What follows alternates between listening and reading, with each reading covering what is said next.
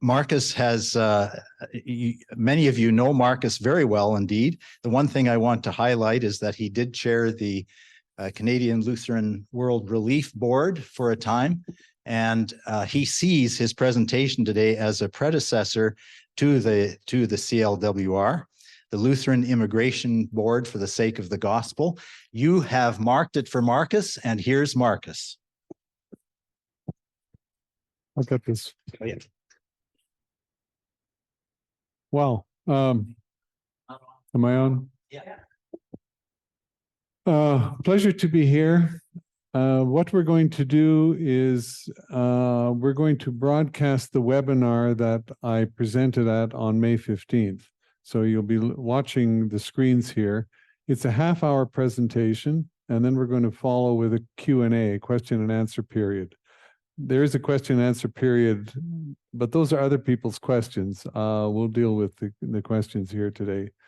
So I'm not going to give too many introductory comments. I think once the program starts, it's going to be self-explanatory. So enjoy, and we'll pick it up in about half an hour with your responses and questions and answers. Thank you. Good. Thank you for those kind words, Gordon. And I'm just going to get my screen adjusted here for a moment.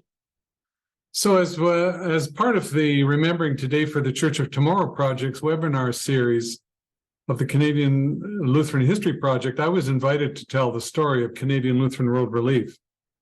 It's a big story. And after undertaking a literature review of that subject, I found that the story has already been skillfully told by several authors over a period of decades, not to say there isn't more to say. There was, however, a smaller, thinly documented, barely a story at all, that was equally fascinating and serving as a finger pointing to the incorporation and work of its successor, CLWR. I'm referring to the Lutheran Immigration Board of Canada, known throughout this webinar as LIB. Founded in 1923 and on the books until 1943, a scant 3 years before CLWR's incorporation. So it is right and salutary that on the 100th anniversary of its founding, the Lutheran Immigration Board be led out of the shadows and its story shared with all those who value his story as told through the life and work of this dynamic Canadian Lutheran agency.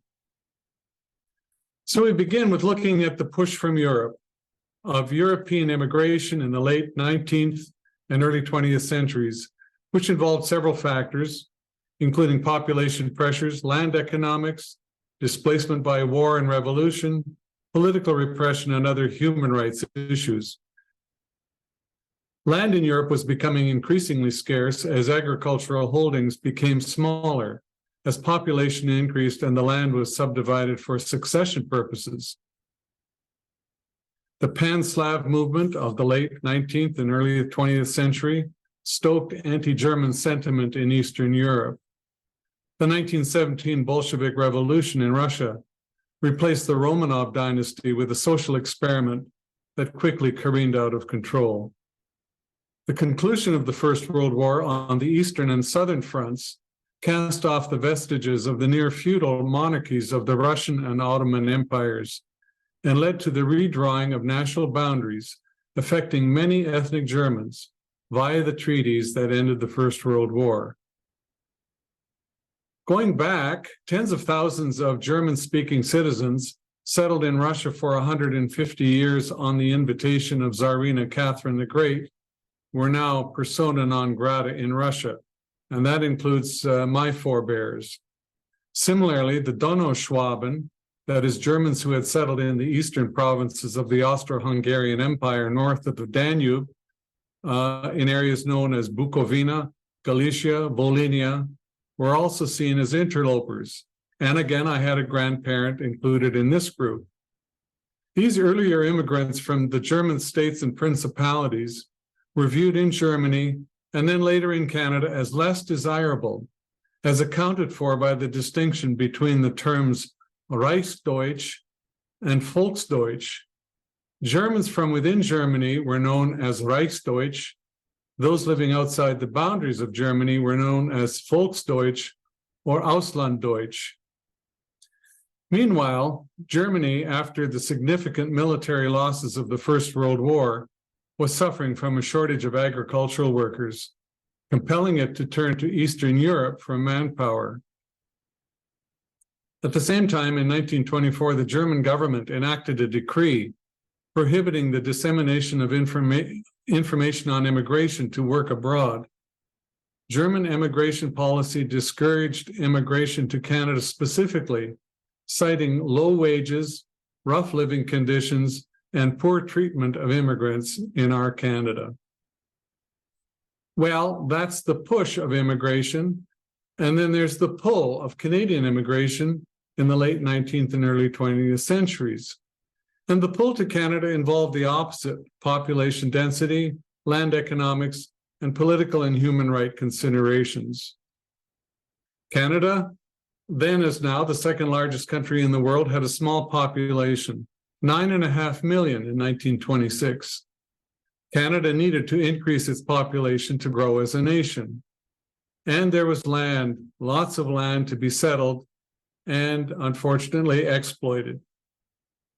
Even so, Canadian immigration policy forbade citizens of Germany, with which Canada had been at war, from entering the Dominion for 5 years post-war until January 1923. And of course, upon closer examination, Canada's system of immigration in the early 1900s favored Anglo-Saxons and whites and was clearly racist. And it was, tragically, as we heard in the land acknowledgement, a land settlement system that was genocidal towards its indigenous population. At least 3 German Lutheran agencies relating to immigration from Europe acted in partnership with LIB. The Society for Home Mission in Schleswig-Holstein, that's north central Germany, the Evangelical Lutheran Immigration Mission in Hamburg, also northern Germany, and the German Foreign Institute in Stuttgart, southwestern Germany. A German wanting to immigrate under the auspices of the LIB required a letter of recommendation from the pastor of a local Lutheran congregation. This letter was to include a religious attestation as well as an identity card. Meanwhile, in Canada, Professor Henry Harms, an early director of the LIB, is quoted as saying, "Thousands in Europe had lost everything because of the war and the aftermath of the Bolshevik Revolution. They were looking for an opportunity to start life anew. Many of these people had relatives in this country, that is Canada, but, and I emphasize this, an agency was lacking to make it possible for them to come across. We, that is LIB, set out to be this agency." LIB was not a church organization per se, although its clergy members represented the 3 German Lutheran bodies operating in Western Canada. Its membership included the 3 church presidents and pastors interested in the growth of congregations. LIB served as an informal arm then of home missions. As an autonomous Canadian organization, LIB had the flexibility to operate as a homegrown Canadian organization. This helped it relate effectively with agencies of the Canadian government and with Canadian transportation companies. The Lutheran Immigration Board was founded in Winnipeg on 26 April 1923 with the following 3 purposes: to bring German settlers to Canada, to promote the interests of the Lutheran Church in Canada, and to relieve the sufferings of Germans in Europe. There was an unwritten 4th goal, and that was to promote the continuity of the German language and culture in Canada. LIB's affiliation with the CPR was particularly helpful in the German immigration process. Traugott Otto Francis Herzer, a Wisconsin-born ordained minister of the Lutheran Church Missouri Synod, after resigning from the ministry in Alberta, was appointed manager of the CPR's Department of Immigration and Colonization. And in this role, Herzer traveled to Europe to help with the movement of German Lutherans and other Europeans to Canada. He attended to LIB and other organizations' interests in Germany. He corresponded with the Canadian government on behalf of the LIB and others, and was a member of LIB delegations that visited Ottawa. The head office of LIB was at 439 Main Street, Winnipeg. LIB's Western branch, working from this office, covered the Prairie provinces. The Eastern branch, covering the territory from Fort William, now Thunder Bay, to the Atlantic coast, had its main office in Toronto. Legally, the Western and Eastern branches were constituted as separate entities with different names, different directors, and different articles and dates of incorporation. The Western branch was incorporated under the Federal Companies Act in December 1926. It had 15 directors. The Eastern branch was incorporated under the same name in November 1929 with 7 directors. The directors were all German Lutheran clergymen. The branches were bound by a common executive committee which oversaw LIB's global work. The focus of LIB's work was primarily in Western Canada, where it employed a full-time executive secretary in Winnipeg. The Eastern branch had its own volunteer executive secretary, and the LIB had a representative in Ottawa, Reverend L. Ebinger. LIB operated at the same time as other immigration organizations, both church-affiliated and secular, all with the same basic purposes. Within Canada, and also promoting German schools, language, and culture, were the Association of German Catholics, going by the acronym VDCK. It's interesting to note that most German-speaking immigrants to Canada were Protestant, although 25% were Roman Catholic. The Canadian Mennonite Board of Colonization, founded in 1922, and bookmarking LIB was the German Baptist Immigration and Colonization Society, founded in 1925. Other religio-ethnic immigration organizations active in the 1920s included those with Dutch, Polish, Norwegian, Danish, Scottish, Hungarian, and Swedish origins. In the United States and Canada of the 1920s, several Lutheran churches had been constituted, each representing the ethnic origin of their founders. All were headquartered in the United States. 3 German-speaking Lutheran churches involved in formation and work of the LIB were the Evangelical Lutheran Joint Synod of Ohio and other states, thankfully known as Ohio Synod, founded in 1818. They had a Canada district which was formed in 1908. And although they don't have a logo, this is a picture of the commemorative plaque in Somerset, Ohio, marking the location of their first regular session. Then there was the Lutheran Church Missouri Synod, founded in 1847. Its Canada district was formed in 1879. And third, the United Lutheran Church in America, known as the ULCA. LIB's governing board comprised 3 church-appointed members, 1 from each of the 3 supporting synods, plus a member from each province. An executive committee of 7 directors directed the work of the board.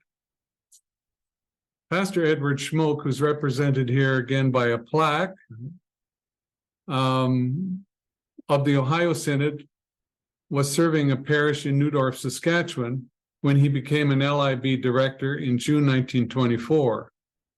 He was elected vice president of the executive committee at the 1926 annual meeting in Saskatoon. And in the same year, Pastor Schmoke was also elected manager of the Western Branch, a role which he held for 17 years, from 1926 to 1943. And the engraving on Schmoke's gravestone says, "I am prepared." The LIB worked transatlantically with staff, consultants, and allies. And in various times and places, it acted as a researcher and promoter of settlement possibilities, an immigration consultancy, an advocacy organization working with the government agencies of Germany and Canada, a travel agency, a dockside migrant reception and inland settlement service, a church building facilitator for German-speaking Lutheran congregations in Canada, and a supporter of the German language and culture in Canada amongst new immigrants. Let's get into the weeds and see how LIB's immigration process worked. LIB directors determined which rural Lutheran parishes would be willing and able to receive and care for immigrants and in what numbers. A local committee of farmers chaired by the local pastor was formed. Contracts between local farmer employers and the local committee were concluded and forwarded to LIB's eastern or western branches as appropriate. When the LIB's executive secretary had 25 or more contracts in hand, he cabled LIB's European representative to select the required number of immigrants to match with the available contracts. When the immigrants arrived at a Canadian port, they were met by an LIB representative who held the signed contracts. He assigned the new arrivals to various farmer employers, had the new arrivals sign their contracts, and helped arrange their rail travel. With their contracts in hand, the new arrivals were dispatched to the matched local committee for placement. The immigrants remained under the jurisdiction of this local committee for 1 year, or until the travel debt to LIB was repaid. Contracting farmers were required to provide employment that included salary, lodging, meals, and local transportation. Annual salaries in the 1920s were about $300. Half of the first year's earnings went to pay for transportation to Canada, while the other half was retained by the immigrant. During the First World War, German immigrants who had not become naturalized Canadian citizens were labeled enemy aliens and were subject to internment. In 1919, immigration was barred to nationals of those countries with which Canada had been at war. Germany, therefore, lost favored nation status until a policy change in April 1923. And wasting no time, the founders of LIB acted within that same month to establish their agency. Nevertheless, immigrants from post-war Germany, as well as those from Eastern Europe, were classified as non-preferred immigrants, and only AgLabs, short for agricultural laborers, and domestics were initially admitted.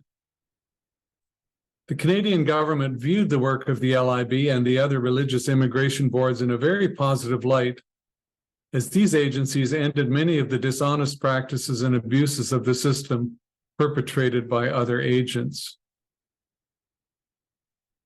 The 4 Canadian church-affiliated immigration societies mentioned above, Catholic, Mennonite, Baptist, and Lutheran, cooperated with both the CPR and the CNR to bring German immigrants to Canada.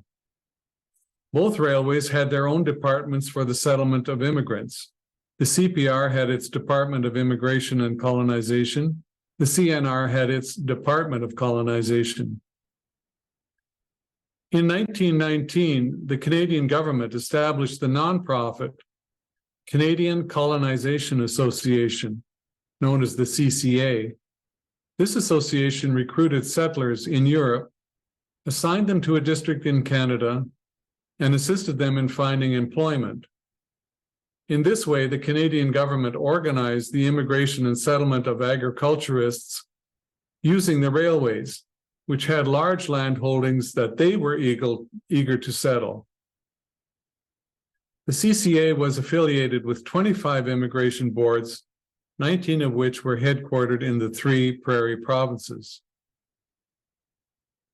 In September 1925, the Liberal government of Prime Minister Mackenzie King formalized an agreement with the CPR to take over the sole responsibility of the CCA, giving it the authority to control the recruitment and settlement of European agriculturists. This railway agreement of 1925 allowed the CPR to issue occupational certificates to immigrants of the then non-preferred nations shown on this map. The CPR was thus empowered to control who could come to Canada, in essence, a railway monopoly. The 1925 railway agreement was cancelled in 1930 by the new Conservative government of Prime Minister R.B. Bennett due to a lack of fit between the new restrictive government immigration policy and the settlement goals of the CPR. Ultimately, however, the cancellation was precipitated by the Great Depression with its rising high rate of national unemployment. Internecine struggles involving the 2 railways, the federal government and LIB contributed to the formation in November 1928 of a rival Lutheran Immigration Agency for processing German immigrants. In January 1928, a conference had been held among the Land Settlement Committee of UCLA's Manitoba Synod, a representative of the North German Lloyd Steamship Company, and representatives of the CNR. Not surprisingly, most of the congregations of the Manitoba Synod were in communities served by the CNR. The new organization was christened the Canadian Lutheran Immigration Aid Society. The CNR ended up providing some financial support to ULCA immigrant missionaries. Now, unlike the LIB, CLIAS had no overseas operation. It worked exclusively with the CNR, helping with the settlement of European immigrants in Canada after their arrival in the country, and the resettlement of recently arrived German Lutherans who felt the need to move within Canada. At first, ULCA pastors Thomas Hardig and Wilhelm Wall retained their LIB board member positions while also serving on the CLIAS board. In the interwar period between 1919 and 1935, estimates suggest that 100,000 German-speaking immigrants arrived in Canada from Europe. Accurate statistics on the total sponsored by LIB are sadly not available. The figures compiled by the source authors as well show considerable variability.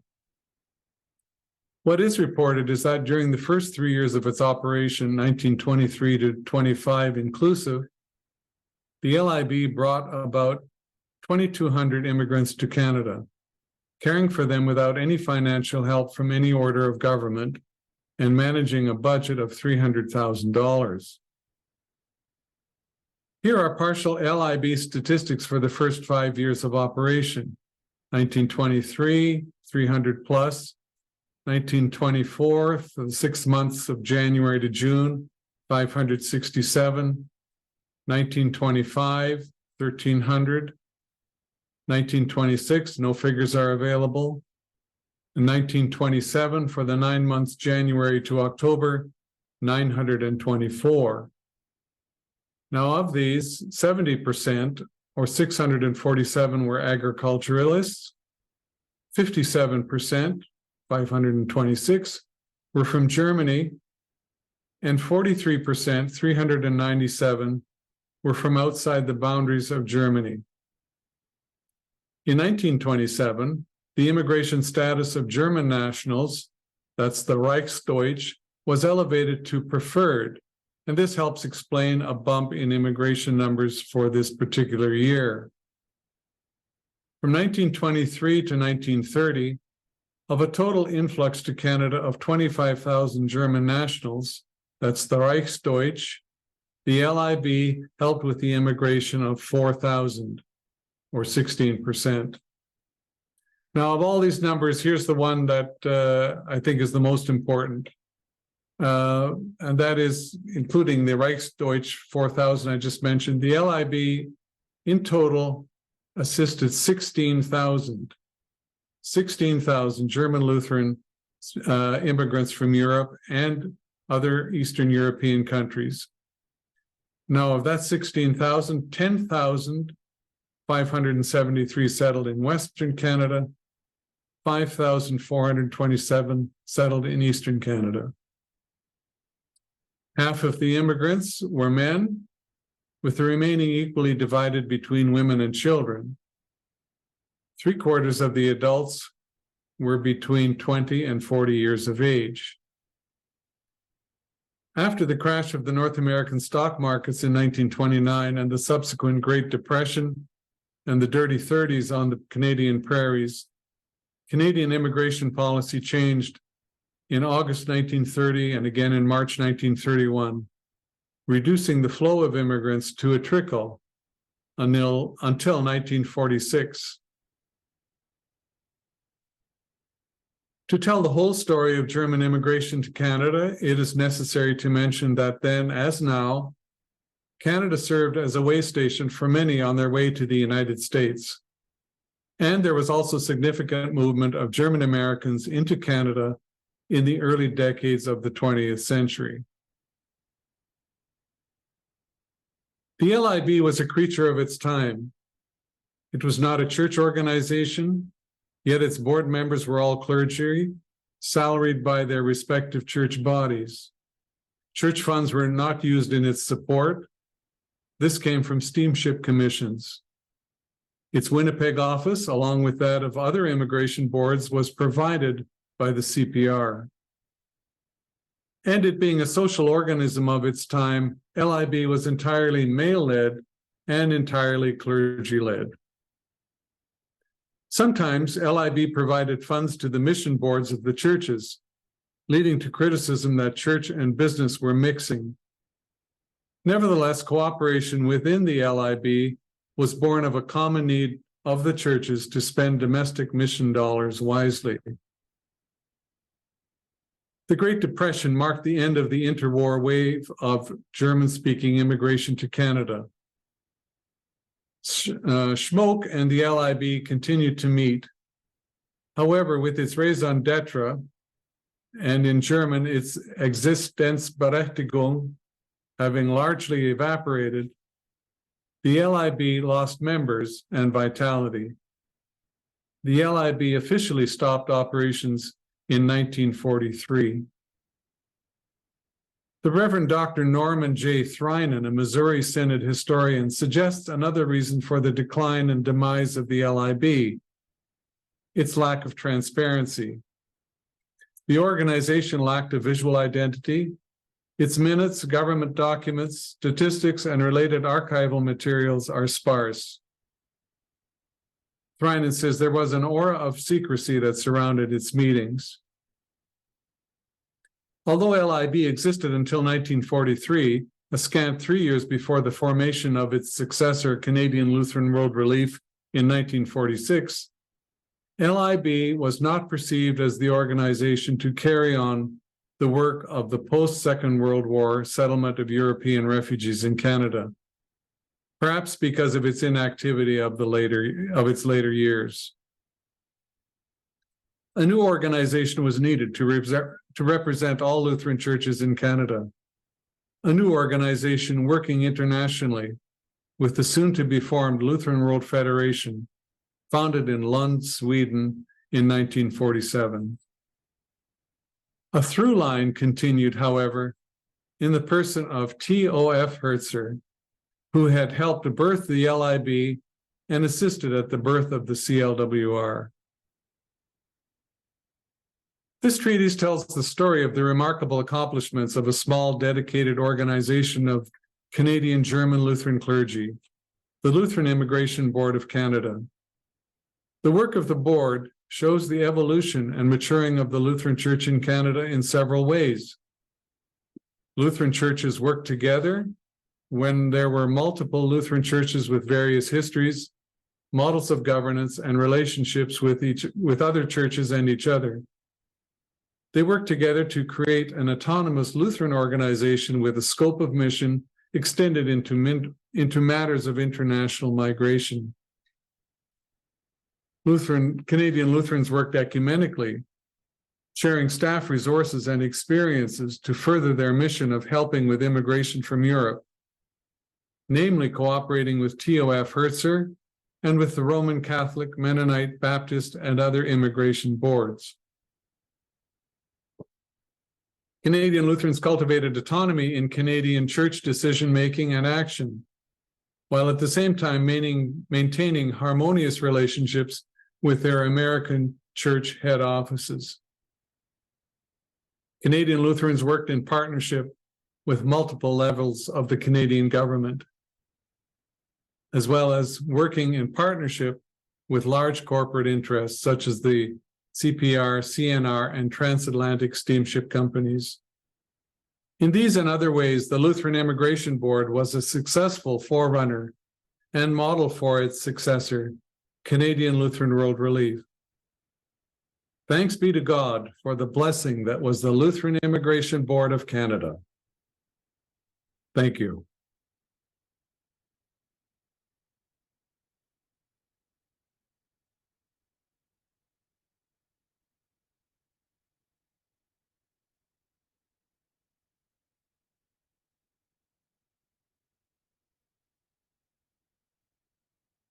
I was thinking of giving a warning before the presentation that any of you who do not have a German background might not find this very interesting.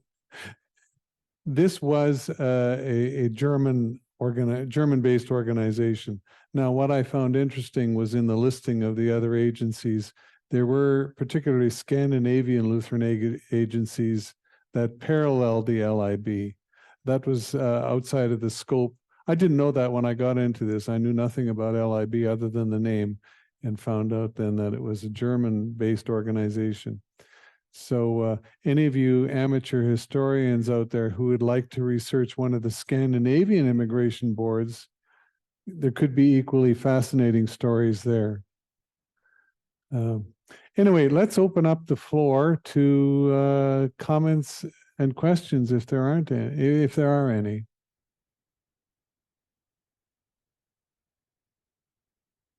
If there aren't any, I'll keep talking. Warning. There's one there. Don Schoberg, who was on the steering committee that asked me to do this presentation. So Don has a very deep knowledge of immigration.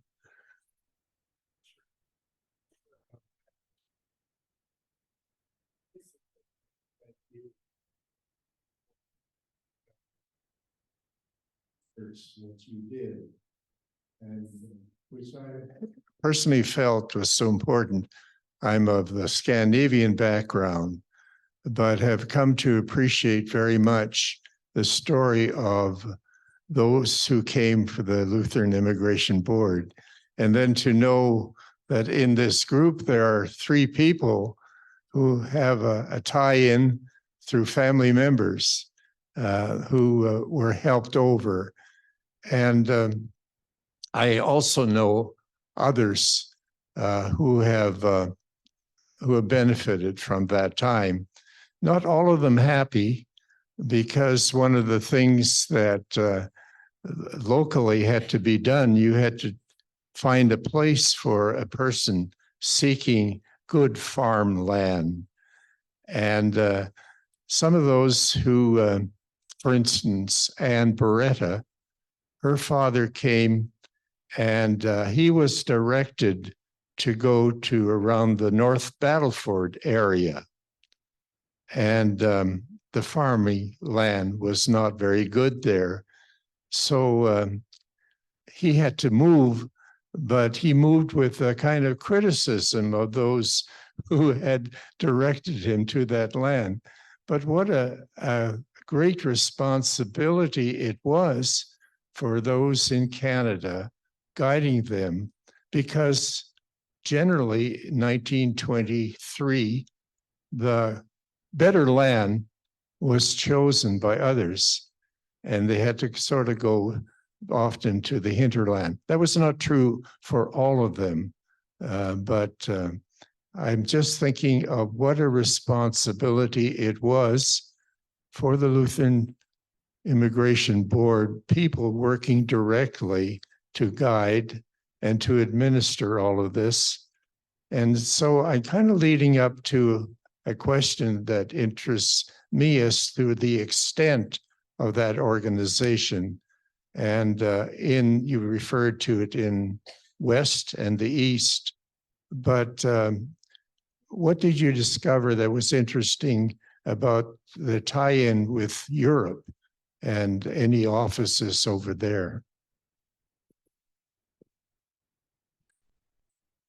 It's fair to say that the majority of German Lutheran clergy in Canada had immigrated themselves. They had been trained and ordained. A lot of them had already served in Europe, and then they came to Canada.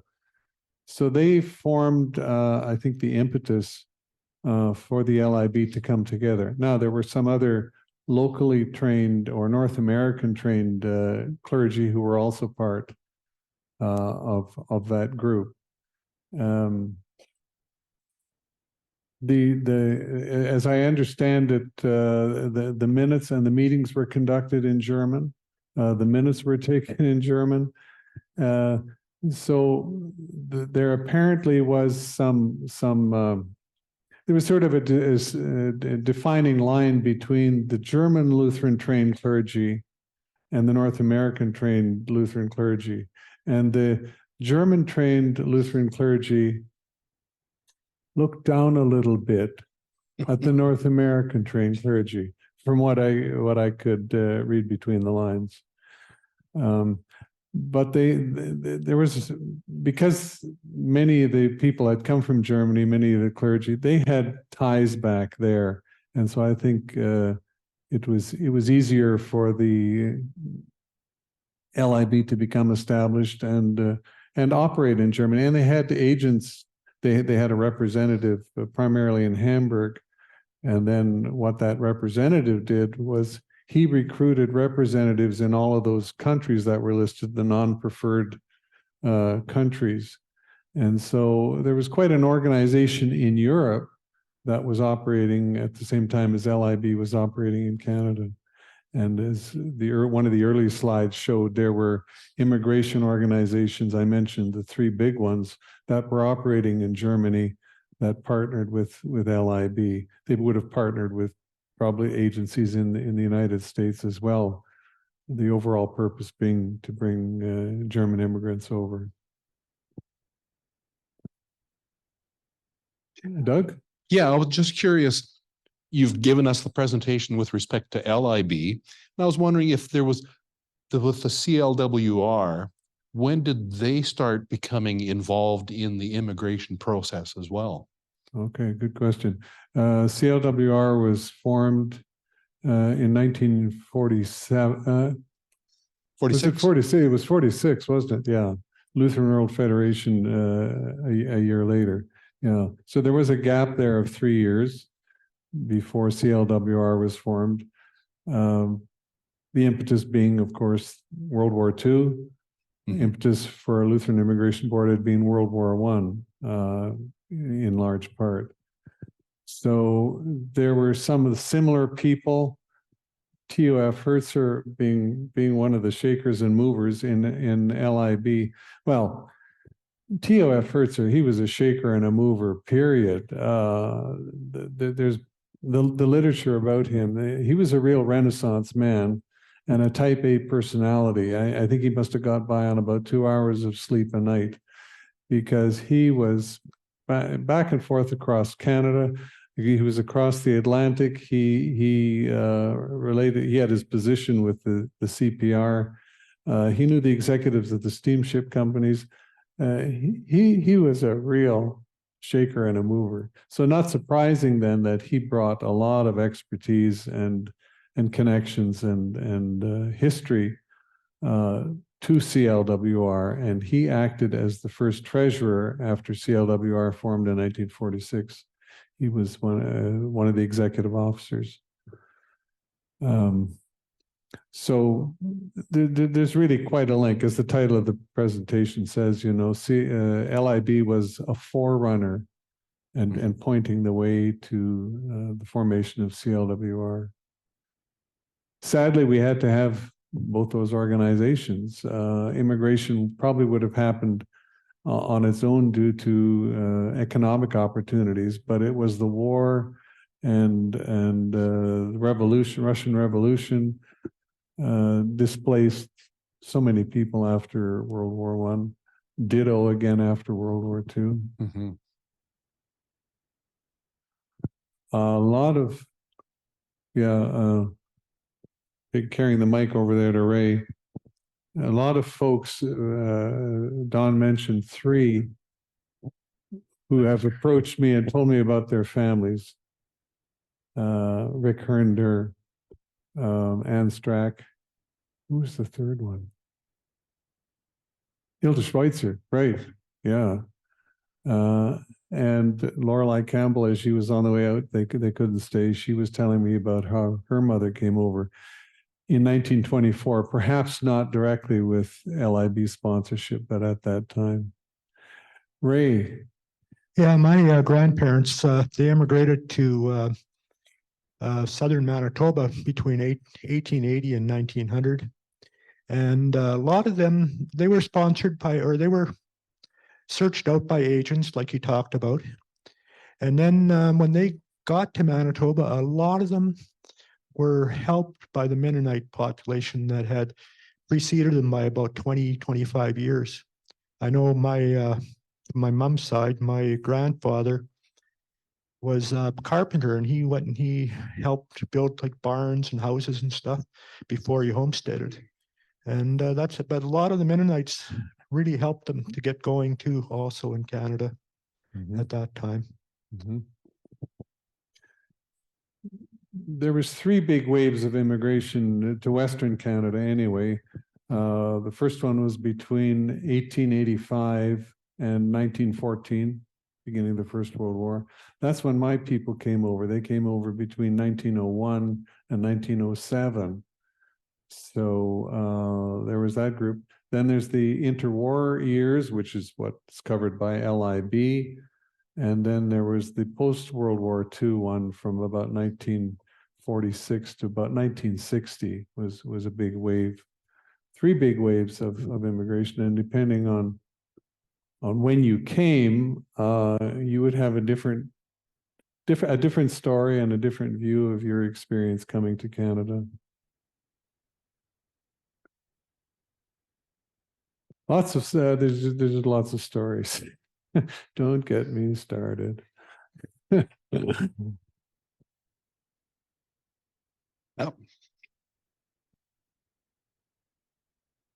The passenger lists on the ships will actually show that you were sponsored by LIB.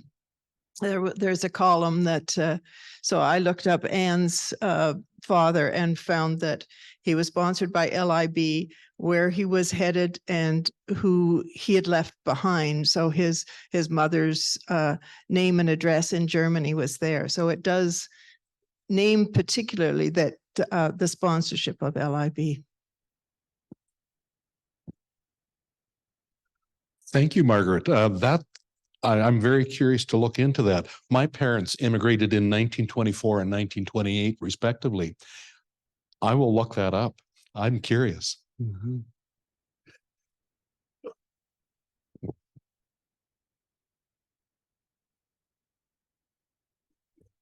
Thanks, Marcus. My family, of course, is of the Scandinavian variety, and my parents or grandparents immigrated through the US actually into southern Alberta around 1920, 1919.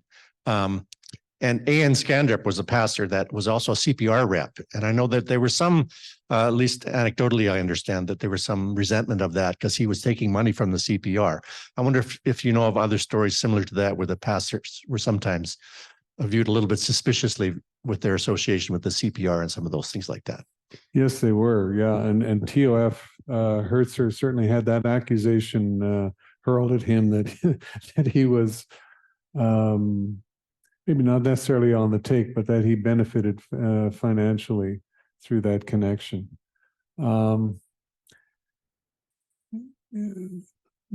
Lutheran Church Missouri Synod, in particular, pastors from that Lutheran denomination were.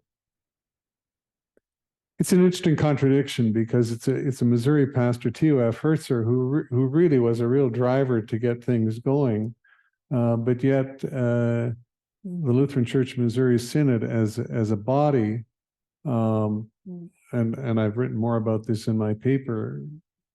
There was a big split at a convention that they had about Lutheran Church Missouri Synod's involvement in LIB. And there was a vote taken that they should withdraw because this had to do with doctrinal issues. What is the Missouri Synod doing affiliating with these less doctrinally pure, these other two synods?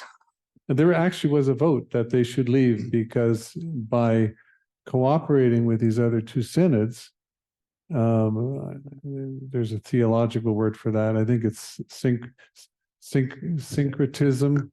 It's where your beliefs of pure doctrine get watered down because you are involved with people who have less pure doctrine.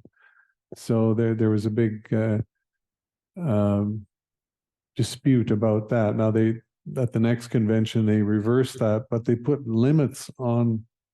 They directed the Missouri Synod delegates on the board to keep it cool and to mind their P's and Q's because they were being watched. And then one of the other objections was the one that you've raised, that clergy were benefiting perhaps by some of their connections with the CPR and others. The Norddeutsche Steamship Line also had agents. They were affiliated with the CNR. But as you mentioned, with the formation of CLIAS, they sent a representative there. So Norddeutsche Steamship Line was one of the active steamship lines, and there again, there could have been the perception that people in LIB involved in this might,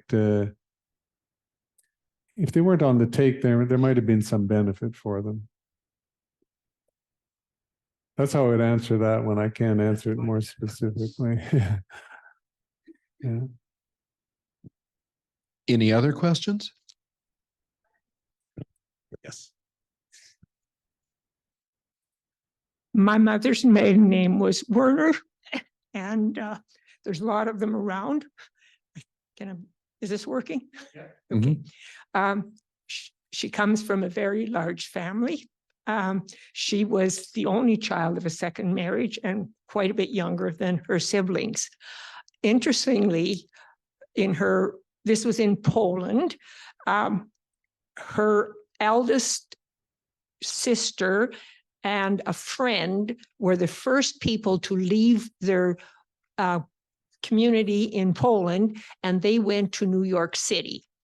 And from there, this sister slowly sponsored her younger siblings to come to the New York area. My mother was way younger, and there was a war in between, etc. So she didn't come to Canada till 1930. She was she had two brothers and an uncle that came to Alberta. Well, and they did the work in Saskatchewan for a year thing, and then they came and they were homesteading. And one of her brothers both of her brothers had come to, were in the war. They were in Poland. Somebody shows up and he says, "You are subscripted for the Russian army." Then later on, somebody comes along, second brother, "You are coming to the Polish army." They fought in the First World War, never in the same scrimmage.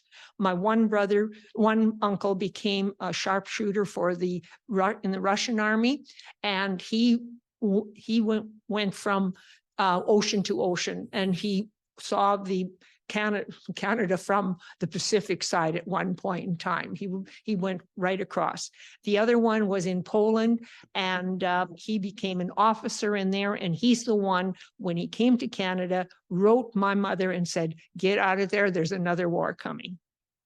And so that's was the start of it. So when my mother looked into it then, and there were two other ladies in the same community that wanted to come. One of them had a fiance in Canada, and she was coming to get married. The other one was a sister of the groom that was, and their last names were, pardon me. Yeah, there was a Zimmerman name in there. And another prominent name was Fau, spelled P-F-A-U, very large group of people, and they all ended up, I was born on a farm, and they were all around me, all these people. The interesting thing, going back to when my mother wanted to come, she could not come into the US. She was given a choice of going to Argentina or to come to Canada. Of course, she wanted to come to Canada. So that's how she became. And interestingly, at some point, I can't remember how many years ago, I had my driver's license. That's all I know. We drove across Canada, then went into Vermont and up into the US. And she had the oldest sister and a younger sister that lived in New York and we visited them, but she had the brothers that she really knew were in another, well, now my states are running away, Connecticut. And some of them drove us to New York. So it was quite an education and an interesting story. Glad I'm here. Thank you, Hilda. My father also had an interesting story. He was born in, I guess it was Galicia, Uckerstal is a city, and he lost his mother immediately, like in childbirth. So his father remarried and stayed for a while, decided to come to North America. He couldn't come to Canada. So him and another one of his brothers and maybe a sister, anyway, they went to New York. And from New York, they ended up in Chicago. And then they were looking for land, and they could get land at that time west of Edmonton. So they went to Golden Spike. And my father's then his new wife and son came there, and my grandparents my father stayed behind, and my grandparents raised him, and then he came over later on. And anyway, they met in Good Fair, is where west of Grand Prairie, west of Beaver Lodge.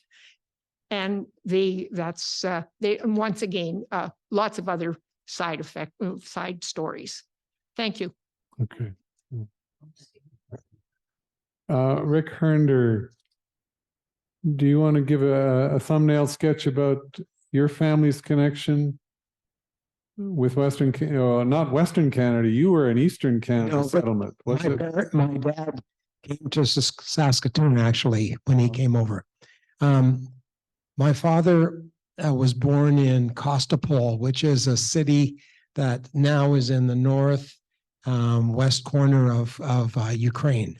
But his papers on the ship coming over here indicate that he was from Poland. His father and his older brother during the Bolshevik Revolution were gathered up, and they were never seen again. My father came over to Canada, sponsored by the Lutheran Immigration Board, and I only knew that because I saw the ship manifest that you can see on ancestry.ca. And I saw there that he had been sponsored by the Lutheran Immigration Board, And he came over and I think it says in there that he had $10. I don't know where he got that from, but that was in 1928. And he, in this document, in this line, it said that he was going to be working for a farmer in Manitoba, but somehow we ended up around Saskatoon, and we never did get stories of that. It's gone now, so. So yeah, I was interested to see that he was sponsored by the Lutheran Immigration Board. Since we're touching heads here, there's one more head that we might ask. Anne, do you have a word you'd like to say about your family's experience with Lutheran Immigration Board and immigration? First, I have to get second. My father came over in 1927, and that is about as much as I knew about. Had no idea how he would come in 1927 and land in Saskatchewan as a farmer. He had done a bit of farming when he was in Germany.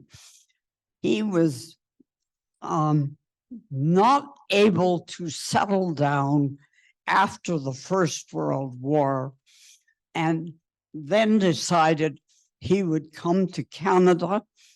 His mother literally told him he was no more a part of the family. He was coming and he was going to be on his own. And the person he ended up marrying was a teacher at the Lutheran Seminary in Saskatoon, and she spoke German and English and could write in both.